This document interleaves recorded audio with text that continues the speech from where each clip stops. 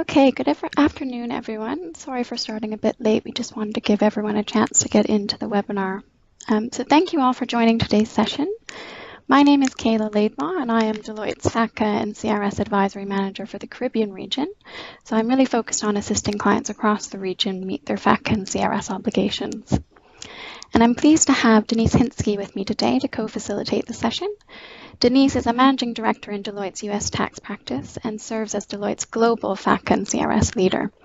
So she works closely with the US tax information and reporting practice, as well as all of the Deloitte member firms, including our Caribbean practice, to assist clients around the world with the requirements of FATCA and CRS. We are both really excited to be engaged again by the Caribbean Association of Banks Executive to deliver this webinar, which is focused on the Common Reporting Standard and its implications for you. So we hope it's a valuable discussion today. For today's agenda, we will start with a refresher on a few aspects of CRS, so including an introduction to CRS, the comparison between CRS and FATCA, and a reminder of the timelines associated with CRS.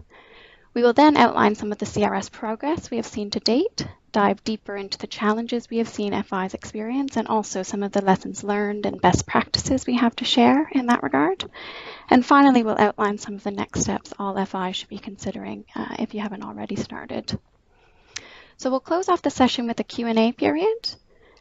So please keep note of any questions you may have, and we'll be happy to answer them at the close of the session. It would be great to have an engaging dialogue then to close things off. A bit of housekeeping.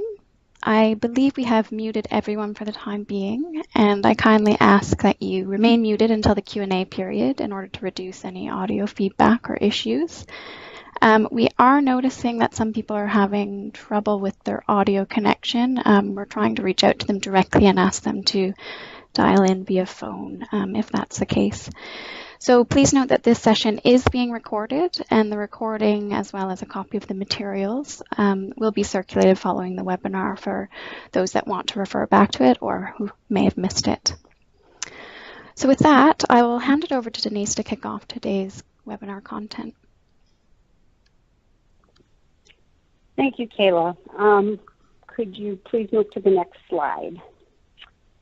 So as everyone is aware, we've seen an increase in requirements focused on taxpayer transparency since 2014 when FATCA first came out, ultimately culminating in the Common Reporting Standard, which is what we're going to talk about today. Although all of these rules have been based on the same premise, each incremental change has resulted in increased due diligence requirements and reporting for the financial institutions that are actually caught by these rules. As you see on this slide, we've got US FATCA, UK CDOT, and then OECD CRS. UK CDOT will be phasing out as CRS actually kicks in, so it will be replaced. FATCA, however, will not be. Next slide, please.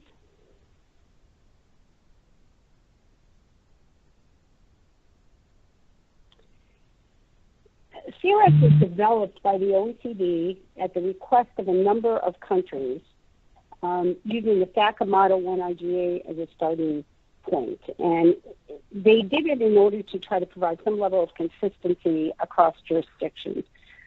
Like the FATCA regime, it looks to get information into the hands of governments so that they can assess whether or not taxpayers are appropriately declaring and reporting their assets and income, which they're holding outside of their own country of tax residence. And although the OECD CRS guidance provides a minimum standard that must be met in order to participate, there are a number of elections that can be made under the standard, and each country is actually issuing its own statutes and regulations, and that's some of what we're going to be talking about today. Next slide.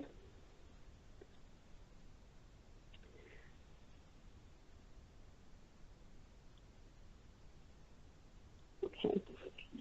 Similar to FATCA, financial institutions that are in participating jurisdictions, so those that have signed on, have to undertake due diligence steps to properly identify their account holders or investors, and then report certain accounts and information to their own government authorities, so that that information can then be shared with the other participating governments via a portal that's been developed by the OECD. Now, the OECD Exchange portal is not an information repository. They are not going to be actually holding anything within that repository. It instead serves more as what I'd like to call it a traffic cop for the appropriate routing of information. Make sure that the information gets to the right countries in a secure manner. Next slide, please. As of today, there are 103 jurisdictions that have indicated that they will participate in CRS. A number of these are actually located in the Caribbean, as you can see in this list. This does not mean that every jurisdiction on this list will treat every other jurisdiction as participating. And it doesn't mean that each jurisdiction will share information with every other jurisdiction. As a matter of fact, in each particular country, they need to provide guidance as to who they view as participating and also who they will be sharing information with. Now, it's expected that the number of participating jurisdictions will continue to increase. And I do want you to notice that the U.S. is not on this particular list. And that's because at this point, the U.S. is a non-participating jurisdiction, and it's unlikely that that's going to change in the near term. It also means that certain U.S. entities are going to default to a passive NFE status, and you're going to need to pass through information regarding controlling persons within those entities. Next slide, please.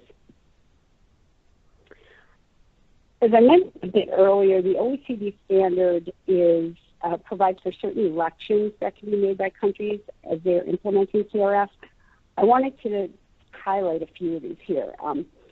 Two of the most important are probably the wider approach for due diligence and the wider approach for reporting. In the wider approach, under the due diligence rules, a jurisdiction is able to dictate whether or not a financial institution needs to collect documentation for all of their accounts or only for those that are in reportable jurisdictions. And the wider approach for reporting allows a jurisdiction to decide whether financial institutions should report all non-resident accounts or only those actually located in reportable jurisdictions.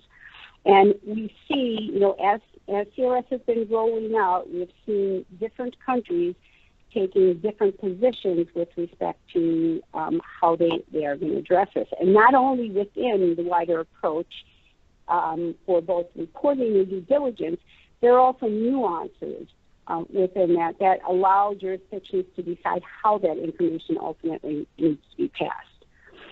The jurisdictions can also decide whether to require no reporting, if gross proceeds reporting should be phased in or kick in immediately, and whether or not third-party service providers can be used. There are also a number of expanded definitions that impact how documentation can be collected and the reporting of certain controlling persons. With all of these different elections, the Common Reporting Standard is actually anything but common and standard at the end of the day. And most organizations, as they are attempting to roll these rules out, are finding that it can be very, very complicated. Next slide, please. Although the CRS regime is based on FATCA, as I mentioned earlier, there are some key differences that are really important to note. And they actually as I mentioned a moment ago, make CRS much more complicated than FATCA. Unlike FATCA, which was governed by the laws of one country, namely the United States, these new rules are actually governed by the laws of 103 different countries. Each country is issuing their own regulations, their own guidance within the standard. The countries also have their own definitions regarding residency, their own rules around data protection and privacy. And as I did mention, each of the 103 jurisdictions must actually determine who they consider to be a participating jurisdiction and who they will actually exchange information with. And finally, how that information will ultimately be passed to the government.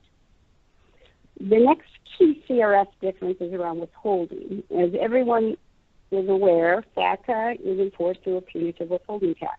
CRS does not include a withholding tax, but it will instead be enforced by means of audits, peer reviews coupled with penalties. Each jurisdiction is going to be required to enforce the new regime based on guidance that's expected to be released by OECD shortly. And when I say shortly, we believe it could be before the end of this year. And then they need to apply penalties for noncompliance. And those penalties will range from civil penalties to criminal penalties. And what we're seeing right now in the various jurisdictions that have already released things is that those penalties can also range from very small amounts to very large amounts, depending on the particular jurisdiction. Currently, the OECD Working Party 10 is doing peer group reviews of all of the rules and guidance that have been issued by each jurisdiction to make sure that they're in line with the standard. And if they believe that a particular jurisdiction is doing something that doesn't necessarily meet the standard, they will reach out to them and have discussions about potentially adjusting those definitions. So that's one thing to keep in mind. Even though you may, as an industry association or some other organization, have discussions with your local authorities around your guidance, it is still possible that OECD will come back and ask that guidance that guidance be changed or that things be adjusted. And until they sign off on it, that is also always an open possibility. The other thing is that in the future, OECD will also be, through a peer group review again, looking at the compliance and the enforcement in each participating jurisdiction. They want to make sure that this is not a paper tiger, that countries that do sign on and say they are participating actually have procedures to ensure that the financial institutions within their jurisdictions are complying with the rules. Another difference is the account scope, because it is, of course, much greater under CRS. And this is for several reasons. First of all, you're not just looking for U.S. persons, but instead for tax residents within all of the reportable jurisdictions.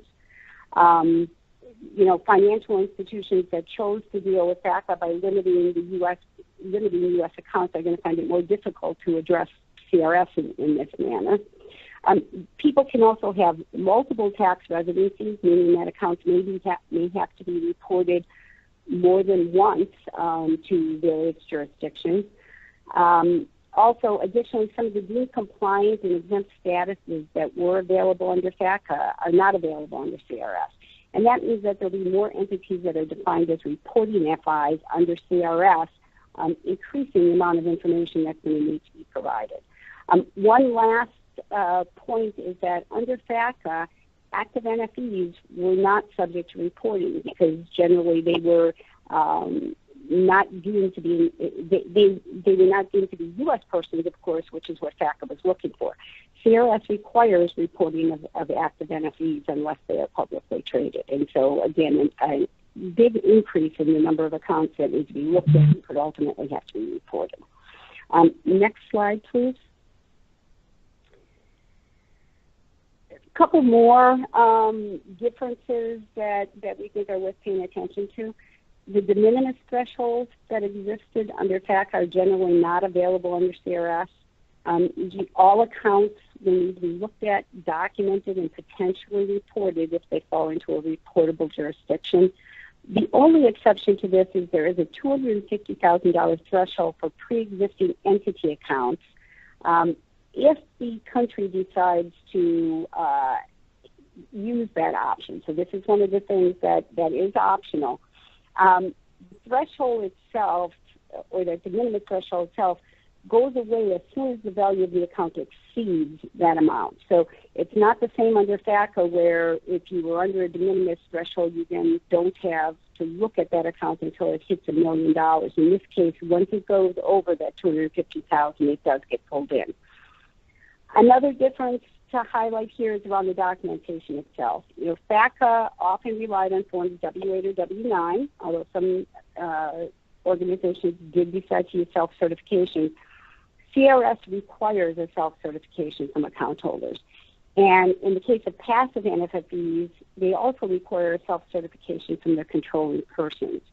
Although there are certain jurisdictions, again, based on an election, wherein under certain situations you may be able to rely on publicly available information or documentary evidence in order to identify and document your account holders. There are specific rules that actually have to be followed by you in order to do so. And so as a general rule, I would say most organizations find themselves in a situation of having to collect the self-certifications. And I think the final point that I would like to mention in terms of the differences here is that there is no concept of a sponsoring FI under CRS. It does not exist, and so although it is possible to hire a service provider to handle certain requirements, as long again as the country decides to permit it, that sponsoring FI concept is not here. So you could have situations where under FATCA you are treating entities as sponsored, or you have clients that are documenting themselves to you as sponsored. That classification for purposes of CRS would need to be different. I'm going to hand this over now to Kayla, and she's going to discuss a little bit of the timing around when these rules are kicking in, and then some of the specific rules that we're seeing across different jurisdictions. So, Kayla? Thanks, Denise. Right, so turning our attention to the timelines associated with these activities, I think some of you may have seen this before, but we wanted to give a bit of a refresher and also focus on the non-early adopter group a bit more, as that's what's top of mind for this year. So as you can see, the timeline, of course, differs depending on whether a jurisdiction is identified as an early adopter or not, which Denise highlighted who those groups were on a previous slide. So for all early adopters, which would include CAB members in Anguilla, BVI, the Cayman Islands, and Montserrat, the CRS Progress process is well underway in these jurisdictions, and year one reporting should be mostly behind them for FIs there. So financial institutions in these jurisdictions should already have onboarding procedures and self-certification standards well in place as of January 1st of 2016. They should have remediated existing accounts for high net worth individuals, so that's accounts over 1 million. That should have been completed last year. And as I mentioned, in most countries, they should have already submitted their reportable accounts for reporting year 2016 to the local authority. So the one remaining deadline for early adopters is the deadline to complete the remaining remediation activities. So this includes all entity accounts and lower value individual accounts that were pre-existing accounts. So the deadline for this is coming up at the end of December of 2017, meaning that as of then, all pre-existing accounts, whether they be high value or lower value, should be documented, and all reportable accounts should be identified by that time. So as I said, the timeline for non-early adopter jurisdictions, which is a main focus for this year, follows the same pattern, but 1 year later. So reporting is set to begin in 2018 in these jurisdictions. So for these FIs, the new account onboarding procedures also should be behind them. Those should have been in place starting on January 1st of this year. And the first remediation deadline for those high value individual accounts is coming up at the end of December of 2017. So for these jurisdictions, in the next few months, it's anticipated that the tax authorities will begin implementing CRS reporting capabilities in the form of local portals soon. That's if they haven't already. We are aware that this is already in progress for some late adopter jurisdictions.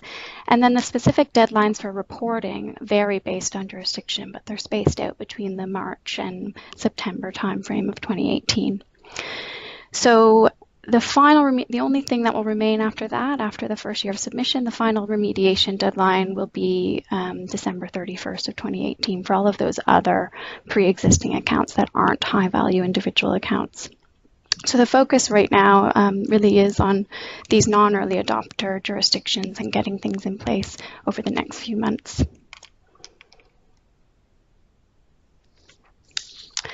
Okay, so we now wanted to spend some time providing a general update on where things stand with CRS reporting in 2017. So this applies to the Caribbean and what we've seen in this region, but also globally. And then I'll provide an update on where things stand for the specific Caribbean jurisdictions that have members in the CAB afterwards. So where are we now? As I mentioned, most FIs in early adopter jurisdictions should have submitted their first CRS reports to the competent authorities a couple months ago. Most deadlines were in the August-September timeframe.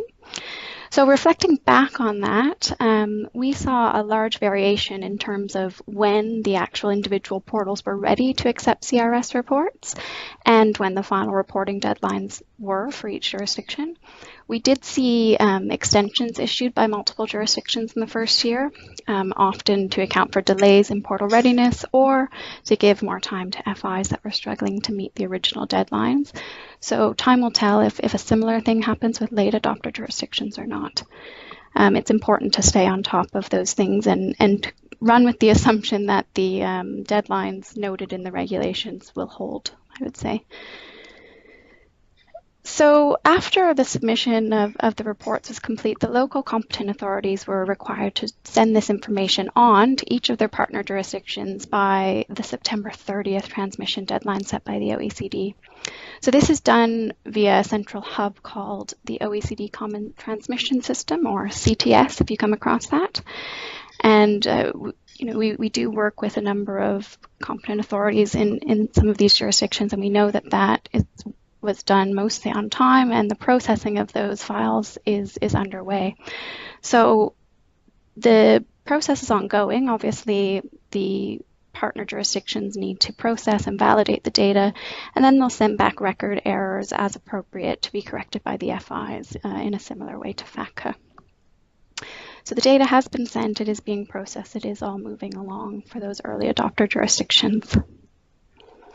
So taking a step back and looking beyond the most recent reporting activities, obviously there's a lot that goes into the processes before you're actually ready to report. So FIs in both early and late adopter jurisdictions, we're seeing them spending significant effort in drafting and implementing all of the policies and procedures that allow them to complete the reporting.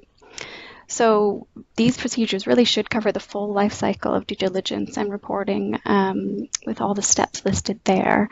And although it can take substantial effort, we're seeing a lot of people turning their focus to this in an effort to do things in a more standardized way and get things down on paper. So the people that were able to do this in the year one reporting in early adopter jurisdictions, we did see that they were able to complete the first year of reporting with much less stress, which is one of the things we'll highlight further during the lessons learned portion of the webinar. Okay, so we also briefly wanted to highlight some status updates regarding individual Caribbean jurisdictions that have CAB members domiciled in them. So there are much more nuanced updates we could obviously provide on individual jurisdictions, as they really all have different situations when it comes to CRS, and they're all at different points. However, in the interest of time and just to give a quick overview, we just wanted to give a broad picture of where things stand across the region. So to summarize, Anguilla, BVI, Cayman, as well as Montserrat, which is on the following slide, are all signed up as early adopters, as I mentioned, and we're due to complete the reporting and transmission in September of 2017. We should note that reporting in some of these jurisdictions was impacted by the recent hurricanes, so it's something to keep note of and something I'm sure those of you that are in these jurisdictions are aware of. But for example, in Anguilla, the Inland Revenue Department announced that they were not able to finalize the CRS portion of their portal before the deadline and before the hurricanes came along. So that we can expect further details to be published there in due course. But even in some of these early adopter jurisdictions, there are unfortunately some loose ends to tie up given this hurricane season. So moving on, and if we move to Antigua and Barbuda, the Bahamas, Barbados, Belize, and then on the following slide, also St. Lucia, St. Kitts and Nevis, and St. Vincent and the Grenadines. These are all late adopters, 2018 adopters, but that have all of their CRS regulations in force now. So we will await further confirmation and details in terms of guidance notes and portal availability. so that the first reporting can be completed in 2018. However, these jurisdictions do seem to be on track. Then other late adopter jurisdictions, so this includes Dominica, Grenada, Trinidad and Tobago. They are signed up as late adopters, so they're intending to have their first report submitted in 2018. However, they have yet to bring CRS regulations into force. So we'll be keeping an eye on this and expect to see something soon given the 2018 deadlines approaching, but we haven't seen anything yet. So finally, the final group is Guyana, Jamaica, and Suriname. They have yet to sign on for CRS or confirm their commitment, so they're not on any of those signatory lists. They'd be considered non-participating jurisdictions at this time. So again, time will tell whether they eventually adopt CRS. There is a lot of pressure globally and could be potential negative impacts on local industry if they're not signing up, but we'll wait and see what those governments do. So as you can see, and just as a quick summary, going through all of the different CAB jurisdictions, there is a lot of progress being made, both in early adopter and late adopter jurisdictions, but there's also a lot of variation in the status of CRS across the Caribbean, and even more so when you take a step back and take in a global view. So really it just highlights the importance to track these developments for any jurisdictions where you have operations, ensure you stay on top of things as requirements and deadlines progress, because there's a lot of moving pieces and everyone seems to be on slightly different pace. Right, so I will pass it back to Denise one last time to discuss some of the challenges and lessons learned we've seen so far. Thanks, Kayla. So we're now, of course, entering our fourth year of FATCA, and the early adopter jurisdictions are supposedly 2 months away from finishing their remediation and have actually finished their first reporting cycle. So we thought it would be good to take a little bit of time to really talk about some of the challenges that we've seen organizations have, and then also some of the lessons learned. So things where, places where organizations could maybe looking at some of these problems and challenges, how could things be dealt with better so that financial institutions that have these rules sitting ahead of them yet and either haven't started or are in the process can take some notes from that. So through both the implementation and the reporting cycles, we've identified a number of things that organizations are struggling with, and they're things that we think will likely continue to cause problems. I think that the first one, and the one that I always believe is probably the most important, is that the data required for reporting often sits on different systems within financial institutions. You'll have your client profile information sitting in one spot and income or account holder balances in someplace else. In a large financial institution, it's not unusual to see, dozens of systems, if not, I'm familiar, some that do have even hundreds of systems that cut across various business lines, and this multiplies the complexity and the difficulty in pulling needed information in an accurate manner. So it's not going to be that everything is always sitting in one place and that it's convenient to get to it. In addition, you've got data quality issues, and this is very common, where systems don't necessarily reflect the accurate information about either the account holders or contain the attributes that are ultimately needed for reporting. Sometimes that's because, fields just were never created because they weren't required in the past, or, and many times we'll see that fields are there, but because the information was not necessarily important, they've sort of morphed to be used for different things. And so when you go to figure out where you will be able to pull certain information off of your system, you may find that the information isn't as accurate or as clean as you'd like to see. The other thing is that the Common Reporting Standard requires the collection and due diligence around certain information that you haven't needed in the past. One of these happens to be the tax identifying numbers for account holders, and then also additional self-certifications around tax residency. Making sure that the information that you collect under CRS is consistent with what you've collected for FATCA and for anti-money laundering purposes is very important, and it's not always easy. So you've got to have a process in place to identify, whether or not that the information that you've been provided for these different regulatory purposes actually match one another. That doesn't mean that they're always going to be the same, because as I mentioned early on, you have situations where classifications may be slightly different under FATCA and CRS, but they at least have to be consistent. It has to be something where it makes sense the way that they are treated under the two different regimes.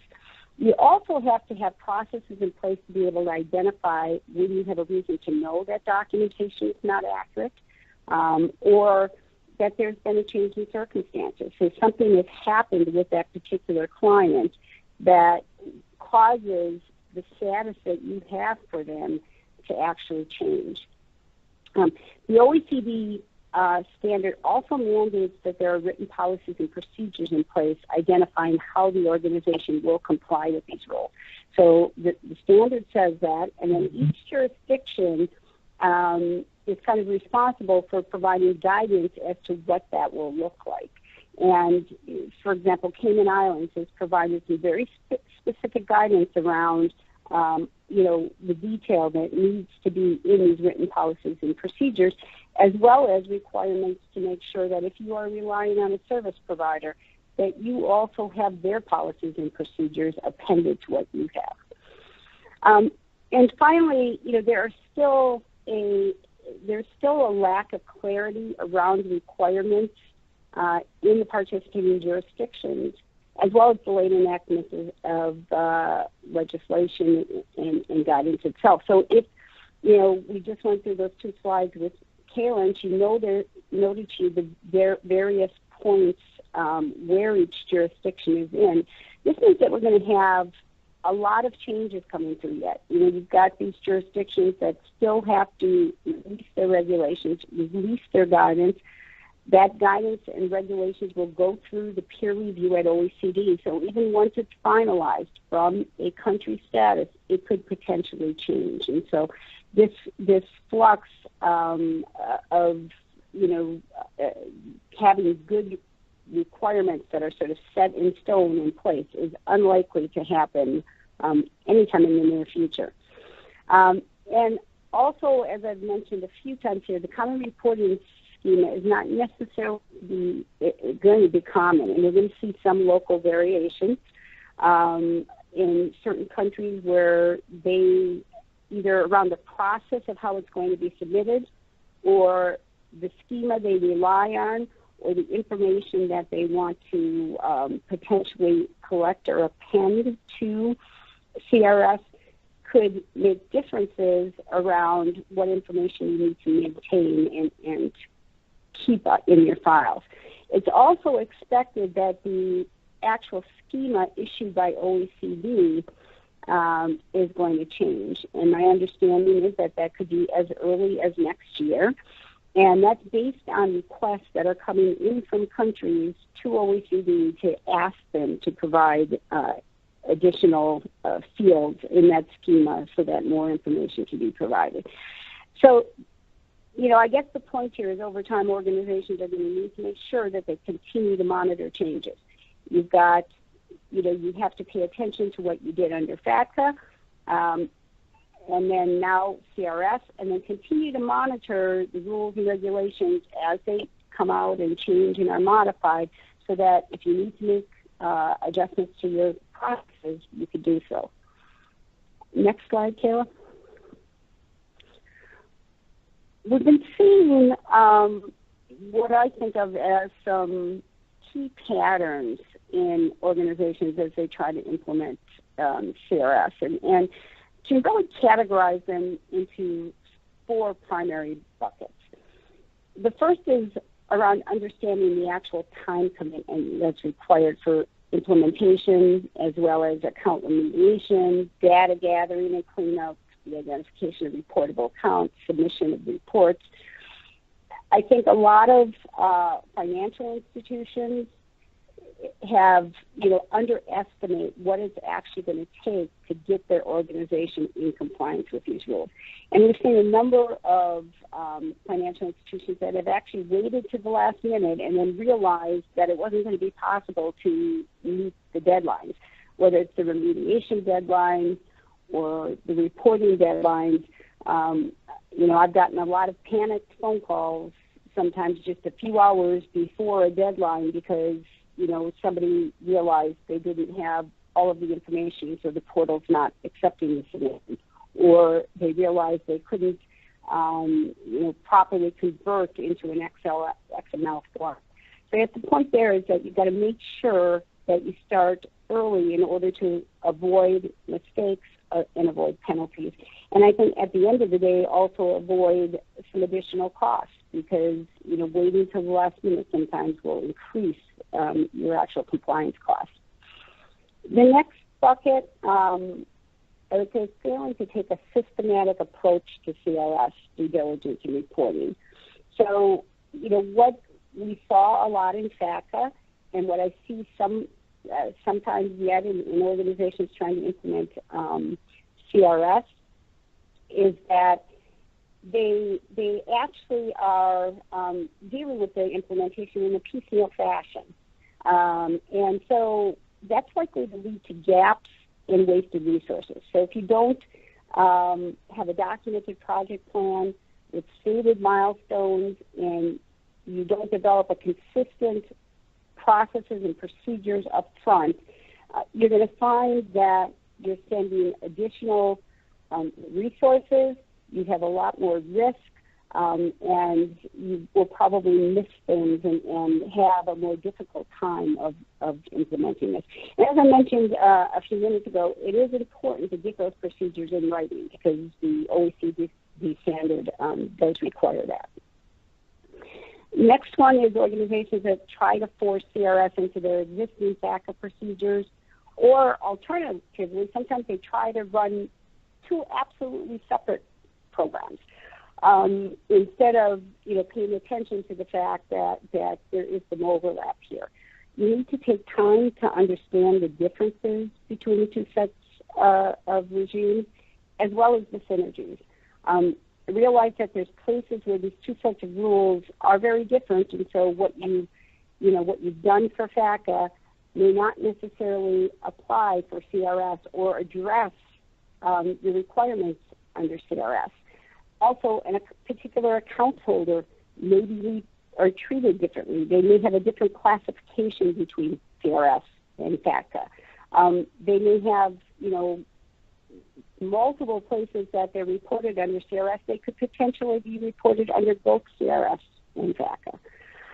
But you also have to realize that there's a lot of overlap here, and that, as I mentioned a minute ago, you have to make sure that how you treat certain things are consistent. So not necessarily the same, but consistent.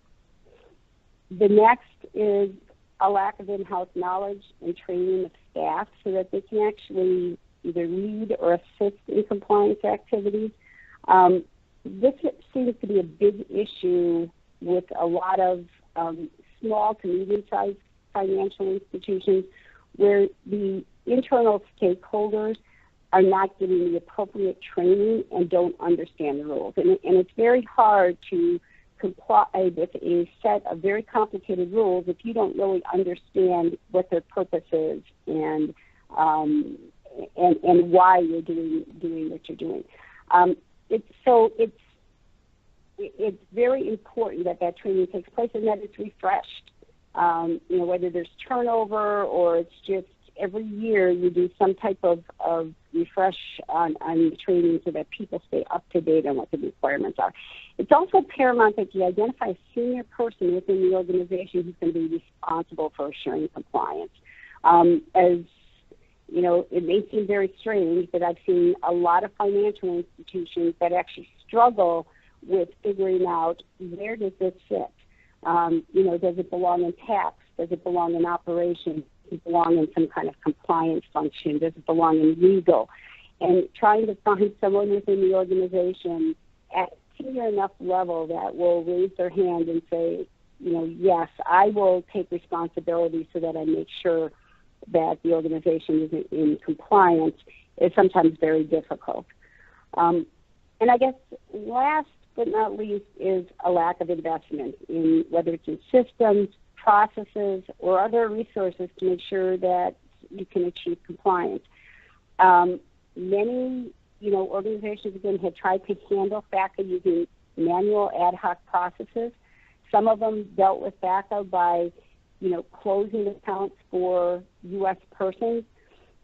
CRS is actually going to increase the amount of information that you need to be handling. It's going to increase the number of accounts that you need to be looking at. Dealing with it by deciding that you will close, any accounts that belong to somebody that is potentially reportable is probably not a good option here because it's going to be a much more expanded number of accounts potentially. And so you have to, both from a due diligence standpoint as well as a reporting standpoint, make sure that you're providing your employees with the proper tools and third-party assistance as they need it to address the issues, figure out what is the proper course of action for your organization, and then be able to do the due diligence in a timely fashion and get the reporting in on time. And then I want to finish up, I guess, by talking a little bit about data quality. I mentioned it before, and I think that data quality, again, as I said, is probably a real challenge for many organizations. So making sure that your account holders have been correctly identified, that you're collecting good documentation, and that documentation and those statuses are updated and reflected in your systems, that your account balances and any income that you have is accurate, is very, very important.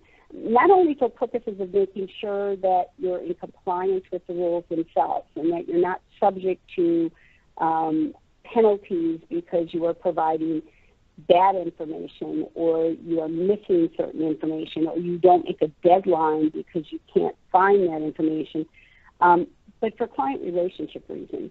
And I think that is what, at the end of the day, for most organizations, is probably the most important. You don't want to be in a situation where you are reporting something or that is not correct, or you're reporting someone that doesn't need to be reported. So, making sure that you can make those identifications and that you are maintaining that information in a way that allows you to accurately collect it and determine what needs to be done is very, very important here. Next slide.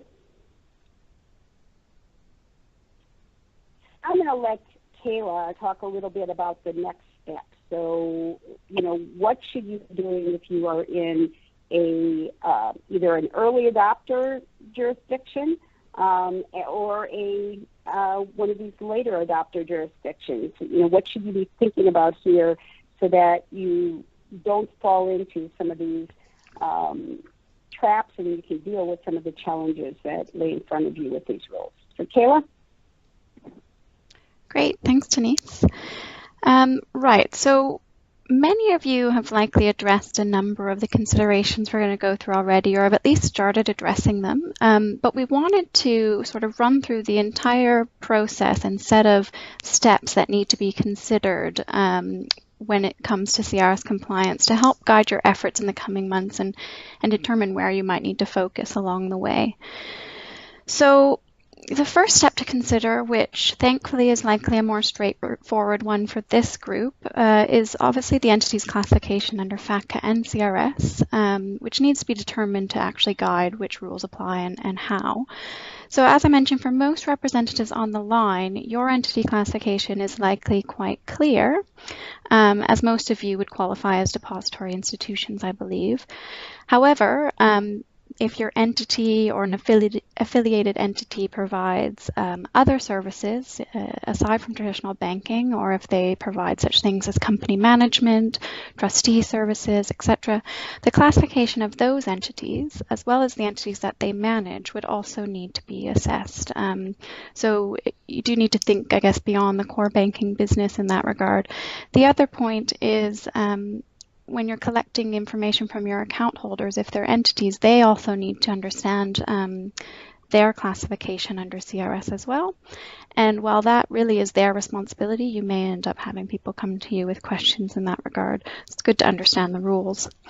The final thing to point out around entity classifications, which Denise already touched on, is that if you did happen to qualify for any exemptions under FATCA, it is advisable to revisit that classification under CRS, since, as Denise mentioned, FATCA classifications may not always coincide with CRS classifications, and certain deemed compliant exceptions available under FATCA unfortunately do not exist under CRS. So it is, like I said, probably one of the easier sets for this group, but something to still keep in mind. And if you have any other entities that you manage, to keep in mind for them as well.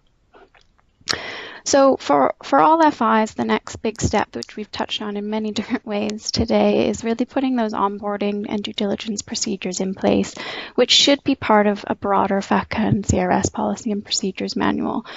So really the next focus area is to ensure those are in place. If you do have some for FATCA, it's advisable to review those and extend them for CRS so that it's in writing and you can meet those regulations and requirements under CRS to have written policies and procedures, but also to avoid some of the lessons learned we've seen of more piecemeal approaches and to make sure you're taking a systematic approach.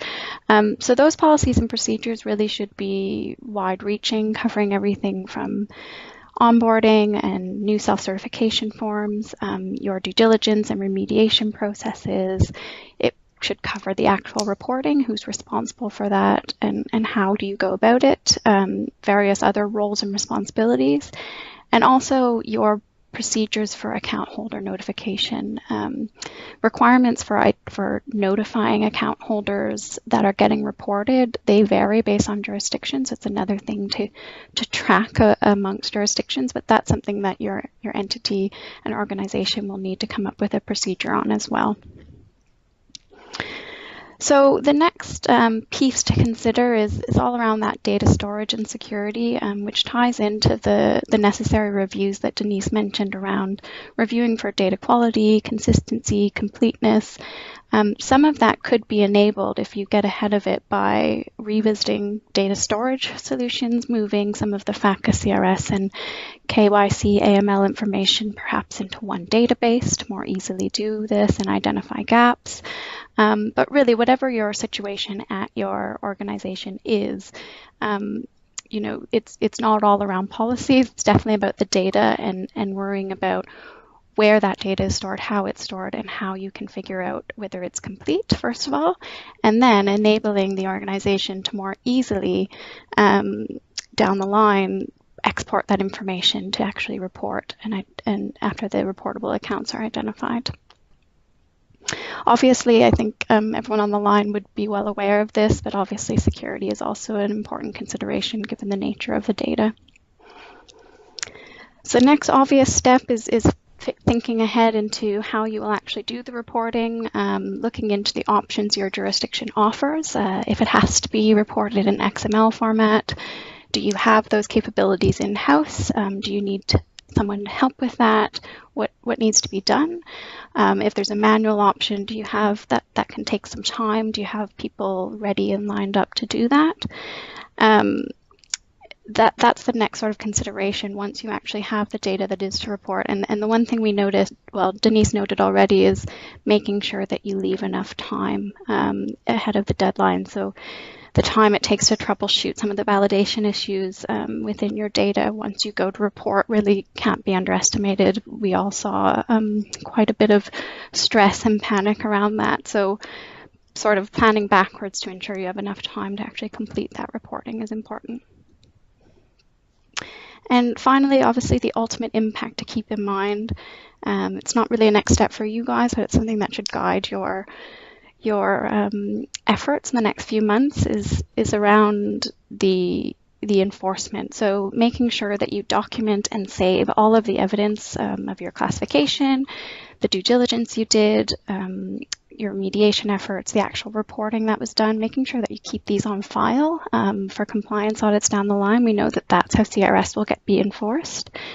Most jurisdictions require this information to be retained for 6 years under CRS, but it's advisable to check the local legislation and regulations and make sure that that you're in line with that. So the other thing to consider is just how you're going to store these where, and make sure that those are easily accessible if you do find yourself in a compliance audit down the line.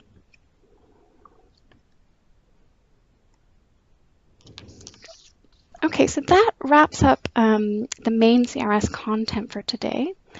On a final note before opening the line for questions, I briefly wanted to highlight our key Deloitte practitioners and resources across the Caribbean for you. So we have experienced FATCA and CRS specialists located in 6 jurisdictions across the Caribbean, but we also serve a number of other jurisdictions that we don't necessarily have dedicated offices in. And we're here to help address the challenges, requirements of CRS that we outlined for you today, and we have been helping a number of clients get through all of these steps. So just please reach out if you have any questions about the content or about how we can help. Okay, so I just wanted to now open the line for questions. So just give me one moment to unmute you all and see if anyone had any questions about the content that we covered today before we close.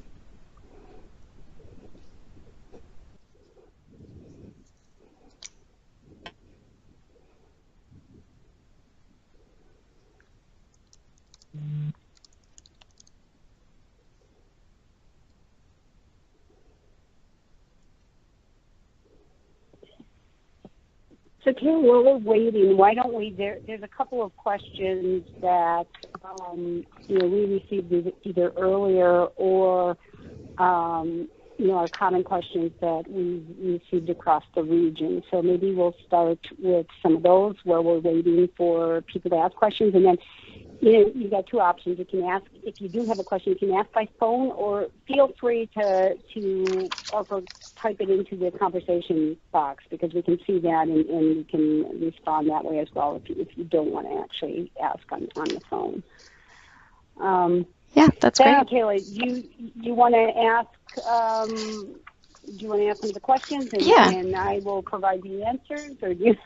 So. Yeah, I'll do that, and then I can chime in with anything I've been seeing in the Caribbean specifically. But yeah, we've had a number of questions in the past, particularly around this concept of controlling persons. And I think it's always an area that people need a bit more clarification on in terms of who are considered controlling persons and who actually needs to be reported in that respect. Okay. Controlling persons, or that concept is actually defined specifically in the OECD standard. And it really is, there's 2 different definitions of controlling persons depending on what type of entity that you're dealing with. So if you're dealing with a corporate entity, generally controlling person is going to be a natural person who exercises control over that entity. And they have, with respect to a corporate entity, they take a risk-based approach. So basically it says, is there anybody that owns more than a certain percentage? In some countries, that will be 25%. In other countries, it may be 10%. It is based on whatever the AML KYC standards are in those particular countries. So that's what the OECD standard points to. And my understanding is that in most countries, the AML KYC standards are moving in the direction of 10%. So the first is there anybody that owns more than that requisite percentage, any natural person? If the answer is no, then is there any natural person that actually exercises control over that entity by some other means? If the answer is no, then the next question is provide us with an officer or a director. So there always has to be a natural person. For trust and legal arrangements similar to trust, the definition of controlling persons is different and it's much more expansive. So for purposes of a trust, controlling persons are, again, natural persons, so it always has to be a living, breathing individual that include the settlers, the trustees, the protectors, if there are any, the beneficiaries or classes of beneficiaries, and any other natural person that may have ultimate effective control over that particular institution. You can have multiple beneficiaries or multiple controlling persons within a trust. You can also have somebody that has multiple designations. So you may have someone that qualifies as both a settlor and a trustee. In that case, you would actually be reporting them twice. So they'd get reported once as a settlor and once as the trustee on that particular entity. So I guess, Kayla, you want to see, first of all, does anybody on the line have a question? Otherwise, Kayla can go to the next one that we have here.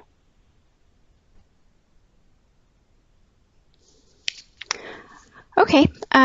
One other topic that actually would be quite pertinent for this group in particular is around undocumented accounts. We also get quite a few questions on that. Specifically, I think there is some uncertainty around what an undocumented account is, and also if these always need to be reported or what they're supposed to do with these. So basically, and this is true in most jurisdictions, although it's not universally true, an account is going to be considered undocumented if it is only has only a hold mail address on the file and there's no other indicia to indicate that tax residency. And in this case, you must report it domestically to the tax authorities. So if you're missing documentation on an account, but there's other ways to determine what the tax residency is, you're generally going to default to reporting it under as if it was actually resident, so whether as if their tax residency was in that particular jurisdiction. Also, there are certain, again, governed by the regulations, there may be certain default classifications. So if you're missing a self-certification, you may have to treat an account in a certain way. But if you have absolutely no information with respect to the account, so you can't make a determination as to residency, then generally you're going to report that to your own authorities as an undocumented account. It is expected under the rules that FIs will not maintain undocumented accounts, and any FI that has a large number of undocumented accounts is going to be subject to a mandatory review by competent authority. Now, I can't tell you exactly what large number is going to be. They say, it indicated more than an unusual number, and my understanding is that the countries will be looking at similar type organizations and see whether or not your level of undocumented accounts is consistent with what they see in other places. I guess another question that kind of goes along with that is what happens if you actually don't receive a self-certification form or the requested information from the account holders? What do you need to do? Because like I just said, I mentioned it's expected you're not going to maintain undocumented accounts. First of all, in general, although the rules do vary across jurisdictions again, you usually need, if you're opening up a new account, you need to get that self-certification at the time you open up the account. Or in some cases, they will allow you to open the account and then get the certification within a certain number of days. If you do not get the certification, or if you have a pre-existing account that you cannot appropriately document, you generally are going to be required to close those accounts within an appropriate amount of time. So, it is expected, as we said before, that you won't have undocumented accounts. You will not open up, relationships with undocumented accounts, and if you do have any, that you will close them. Again, anybody on the phone have any questions or thoughts?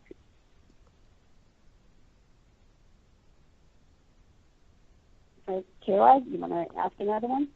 I think we could close off before I pass it over to Mary to do a formal close. I think we've touched a number of times today about how different jurisdictions are at different points in their journey with CRS, and that we need to keep monitoring the updates. We've gotten a lot of questions from FIs in the past of how they can easily do this. I think a lot of jurisdictions are overwhelmed, so maybe we could provide some context of how they might go about keeping track of this. So OECD does have a website that includes updates for each country, updates on the regulations, the guidance notes, lists of who the jurisdiction recognizes as participating, and that's very important for you because you will need to treat entities or your clients that are actually in non-participating jurisdictions differently than if they were in participating jurisdictions. Also provide the list of reportable jurisdictions for each particular country, and those lists, it's very important to pay attention to them and continue to check them because reportable jurisdictions continue to increase as the participating jurisdictions enter into agreements among one another. It has TIN requirements and format expectations so that you can see, whether or not a particular jurisdiction issues TINs and what those TINs look like. And it also contains residency definitions so that, you have some basis for determining whether or not your account holder should be treated as resident in a particular jurisdiction. Government should also be providing updates out to industry. However, we've seen that this is done in, varying degrees of good to bad. Some are much better at others in getting the information out there. Some are very good at keeping, websites that have the information all, put into one place so that you can get to it and you can tell when there's updates, and then you'll send announcements out to let industry know. There's other jurisdictions where it would be like looking for a needle in a haystack. So they're not necessarily notifying the constituents within their jurisdictions. It's not easy to find the information. And in some cases, they're even providing it to OECD. Deloitte also has a database where we're tracking and analyzing all of the regulations and guidance that are being issued by the various countries, as well as all of this extra stuff around, residency rules and data protection rules and all of those kind of things as well. So there are, several different resources that you could go to try to make sure that you stay on top of what the requirements are. And it is very, very important, to do that, especially when we're in this period of time where stuff is happening, very quickly and it's changing. So, Kayla? Great. Yeah, do we have any final questions on the line before we wrap up? You can always feel free to get in touch with us after the session, of course, as well, but anything final to ask on the line?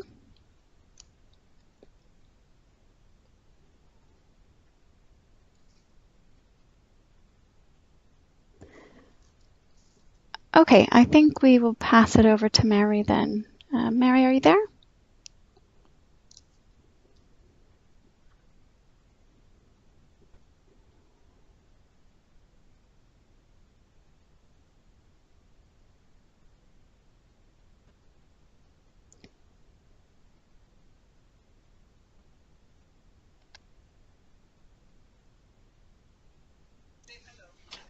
Hello?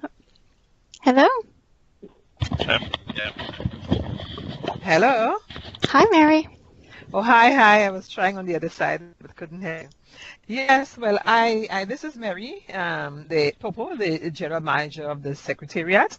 I would really like to thank your team so, profoundly for taking the time today to really conduct this webinar. I know it's a lot of information, for members, but at the same time, it's really important information that if we do not keep abreast with it, it can have significant impact.